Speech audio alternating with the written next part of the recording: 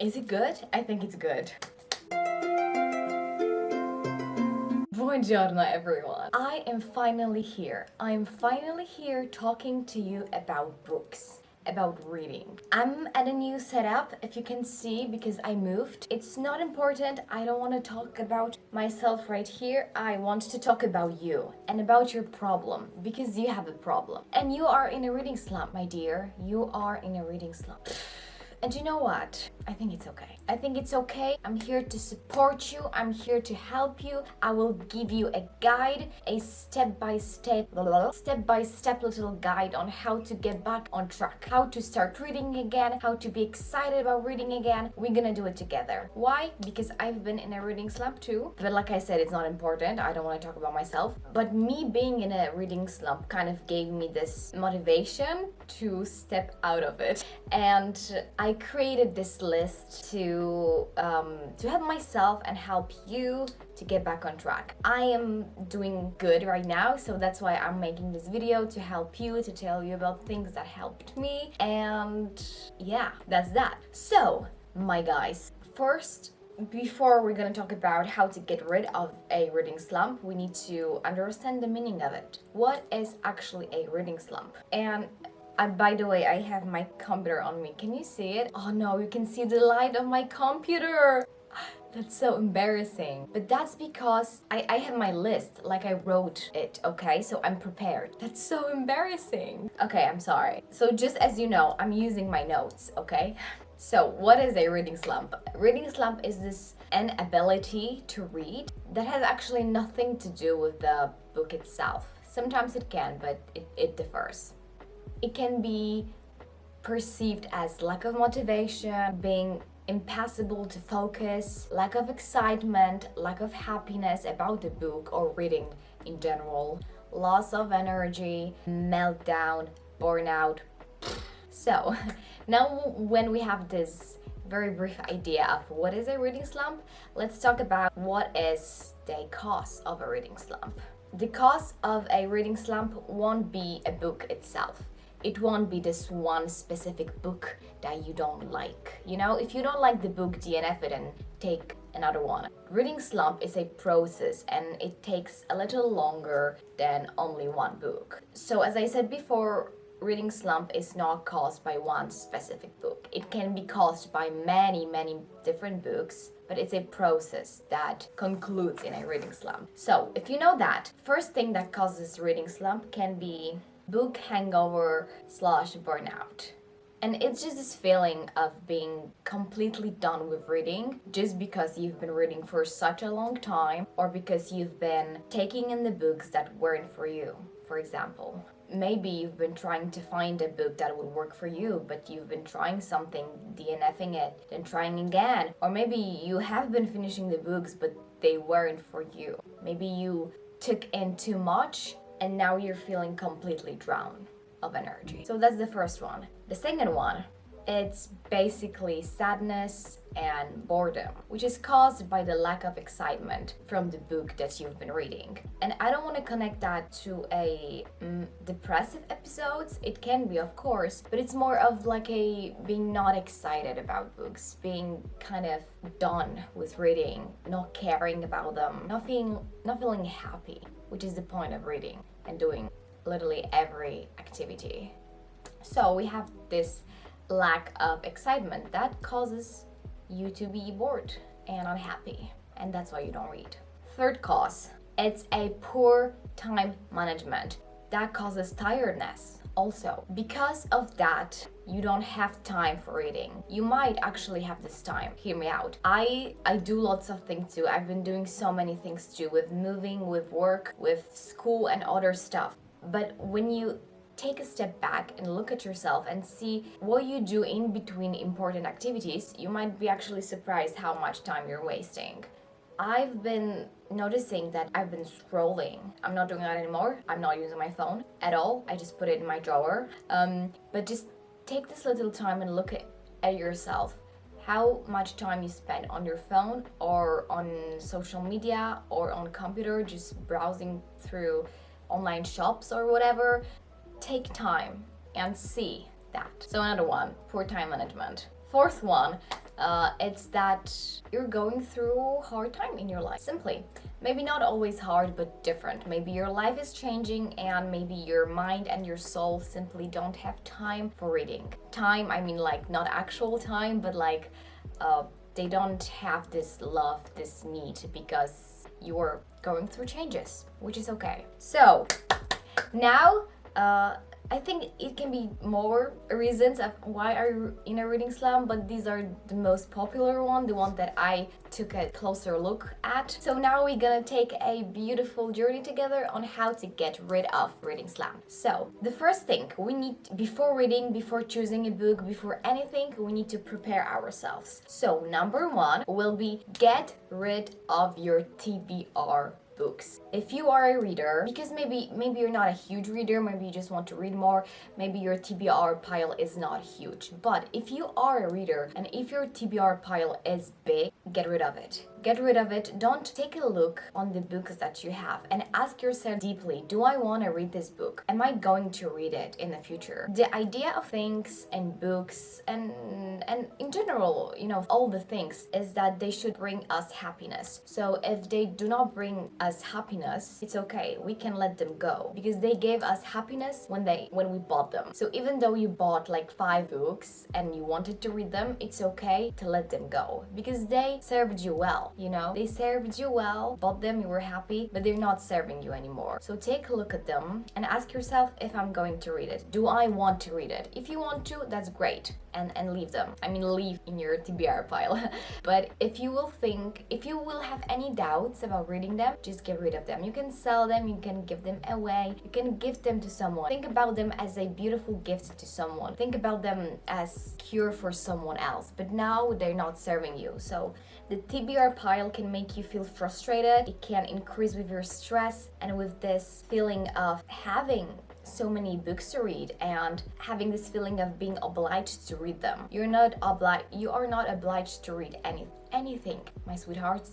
No, nothing. So just take a look on your books and ask yourself, truly, do they serve me well? Number 2 is DNFing the book that you are reading currently or you've been reading for a long time. Because maybe the cause of your reading slump is that you've been reading such a bad books for a longer time and you are feeling burnout. I DNF'd 2 books because they were not serving me. It doesn't mean that I'm not gonna come back to them. I just know that they were not for me at this moment of my life because I've been going through so many changes with work and moving out that the books that I had were too much for me to focus on. Word building, new characters, sometimes it's just too much. So if the book is not serving for you, feel okay to DNF it. Number 3, now we DNF the books, we get rid of books, so now we actually have to get ourselves into the mood of reading. So my number 3 tip for you is to visit a library or a bookstore. Just to browse through the bookshelf,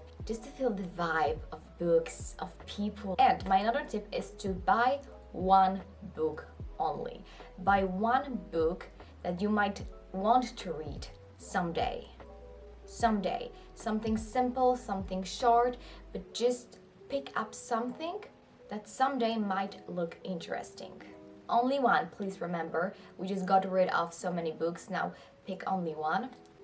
Just to have this happiness of buying a beautiful book. Don't think about it as you have to read it now. Just think about it as a beautiful book to read in the future, as a little gift to yourself. Number 4 is to find a reading buddy. It can be online, it can be a real human being, but I think it's so nice to have someone to read with. Person can keep you motivated. You can talk about the book, you can exchange your opinions. I think it can be very cute, very funny, and it can increase not only with your excitement but also with your positive thoughts and honestly everything. It's so fun to talk to people that like the same things as you do. As a reader, I know how important it is to be able to talk about books with someone that cares about them, because I have many friends, I have family, and I love to talk to them, but not everyone will understand the excitement that I want to share that comes within reading books. Find a reading buddy, someone that will simply talk about books with you. You don't have to share your life with them, just find someone who will be there to talk about books. Simple transaction. Number 5 is to reorganize your bookshelf. I think it's so cool, I think it's so cute because it will get you motivated into reading, changing aesthetics. It will just keep you excited as you have a new project to start on. And I just recently made this bookshelf. But it's been so fun. It's been stressful, but in the end, it's just fun to look at it, and you will get the idea of how many books you still have to read, or you can come back to the memories while you're reading these books. So I think it's very sweet, and just having a new space space for books will just keep you excited. Number 6 is to create a safe reading space. Sometimes the reason why we're not reading is because we don't feel safe. You know, we don't have a safe space when we can read. There's always people somewhere. Maybe you don't have a comfortable place to sit on, which is okay. We are human beings. We want to feel safe. So you need to build a safe ground for yourself when you can read. It can be anywhere, somewhere when you will feel good about environment and yourself. It can be somewhere at your house. You can just put a pillow, build like a tiny castle from sheets. I don't know. So it can be at your home, but it can be also somewhere else. You can choose one specific bench that you always sit on when you come back from work or when you come back from school, and this can become your safe reading bench. This will be your bench. Create a space that will be comfortable for you. It can be in a cafe, but let's make it a one specific place. I would recommend it to do it at home because this is the place that you will spend the most time. So I would just recommend it to your room. It can be your bed. You can put pillows around it. It doesn't matter what you're gonna do. It has to be something that will work for you. So whatever that is, make sure you will find it. Number 7 is to create a reading routine. Some people might not agree with me. Some people might say that just read whenever you feel like it, but it did not work for me. If I did follow this, I would not read at all because I was in a reading slump, which is, by the way, okay. We need to underline the fact that it is okay to be in a reading slump and take rest, take time. But if you want to get out of the reading slump, I would recommend you to create a specific plan and reading goals. Maybe not reading goals, but a specific schedule that will literally tell you where, when to read and for how long. It can be specific time, it can be specific amount of pages. Let's make it also reasonable. So when we talk about reading slump, 10-15 minutes a day, 10 pages, no more than 10 pages. I don't know, whatever works for you. Let's not overdo it, but the important thing is to put that in your schedule. You can put a reminder on your phone, you can put an alarm on, and when this time comes, make sure that you will do it. Eventually, it will become a habit and you will not even think about it. Number 8, so because we have reading space, we have reading schedule, we have all those things, and we have also one thing that will keep our minds off, which is phone. I talked about this before when we were talking about reasons why you might be in a reading slump. I think phones and social media in general are devils and demons of our society.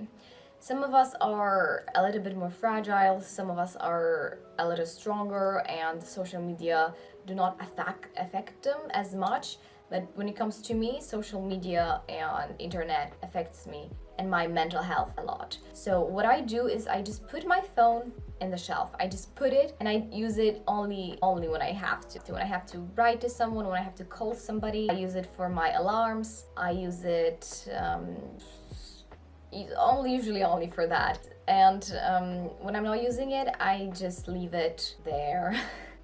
It's not that I hate it, it just doesn't serve me well. So turn your phones off when you have your time to read, because you might get a notification and you know how it works. You just go to your phone and you just start scrolling, and you know how it is. You say it's gonna be only one TikTok, but it's not, you guys.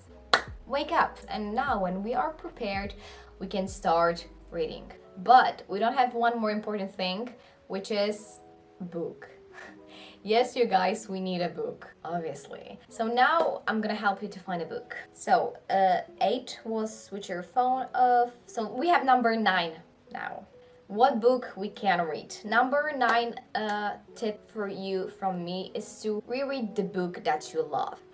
Our ideal goal is to get rid of the reading slump and come back to reading and having happiness that comes with it. So basically we just want to achieve excitement and happiness that comes within reading books. And to do it is to come back to memories, come back to happy memories. So pick up the book that you know you will love. Pick up the book that made you happy in the past. Pick up the book from your childhood, maybe from your teenage years. Just pick up something that made you be happy.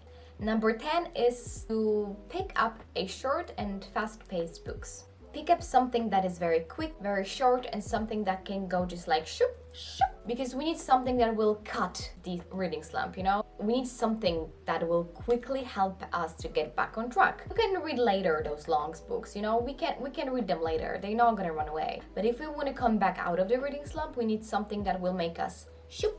Number 11 is to Number 11 is to read a graphic novel, because graphic novels are so short, are quick, can be so sweet, and so just, I love graphic novels. Graphic novels or comics or manga. It's so pure, it's so quick, it doesn't require lots of thinking, and I just feel safe while reading it. Very similar to the rereading your book from childhood. Those kind of books, I feel like graphic novels, books from your past, will give you this grounded thoughts. They will give you this feeling of feeling safe. They will give you feeling of feeling of safety. Next tip is to try an audiobook. I think audiobooks are great because they can serve you while doing every activity. Not every, but many activities. Like house chores, for example, while cleaning, cooking, or doing hobby stuff, like while you're coloring or maybe writing or doing something for yourself, maybe just walking or driving a car. We spend lots of time while doing those things. We need to go from place to place. What do? Sometimes we listen to music, sometimes we listen to podcasts. Audiobooks they can serve you amazingly. They can help you be excited, and they can make you feel to want to read the book. And my last tip for you is to always carry a book with you. You don't have to read it. You don't feel like you have to read it. Just have at the back of my mind the thought that if you be bored, you have something to do.